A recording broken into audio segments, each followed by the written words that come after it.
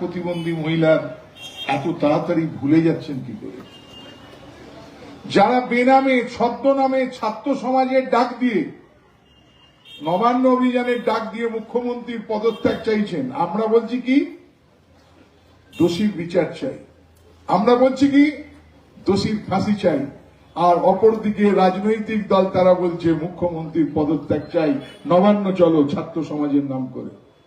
আমি জাগ্রত উলুবেড়িয়ার মানুষ, কুলগাছিয়ার মানুষের বিবেকের কাছে প্রশ্ন করছি, ছাত্র সমাজ নবান্ন অভিযানের যে ডাক দিয়েছিল, একটা ছাত্র ছিল কিনা আপনারা টিভিতে দেখেছেন কিনা বলতে পারবেন না।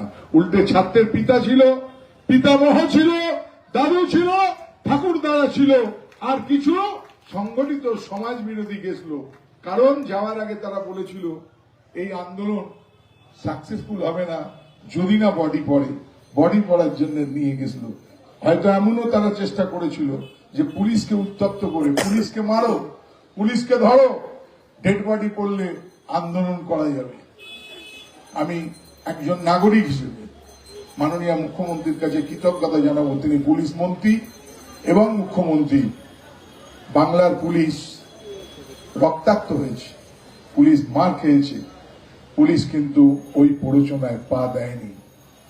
আমি যারা নবান্ন অভিযান করতে গেছিল বেনামে, তাদের উদ্দেশ্যে প্রশ্ন করতে চাই, আপনি নবান্ন চলে মুখ্যমন্ত্রীর পদত্যাগের ডাক দিয়েছিলেন, আর নবান্নকে বসার দায়িত্ব নিয়েছিলেন মাননীয় মুখ্যমন্ত্রীকে বাংলার জনগণ, আপনারা নয়। আপনারা বাংলার জনগণ আপনাদেরকে বঞ্চিত করেছিল, আপনাদেরকে বাংলার জনগণ দূরে করেছিল। নবান্নে বসিয়ে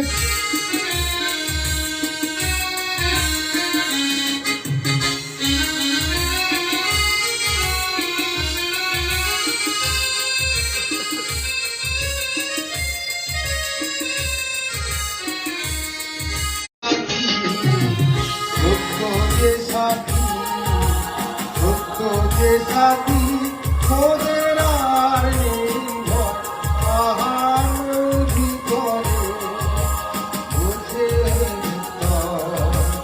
আমরা করব জয় নিশ্চয়, আমরা করব জয়, আমরা করব জয়, আমরা করব, আমরা করব জয়।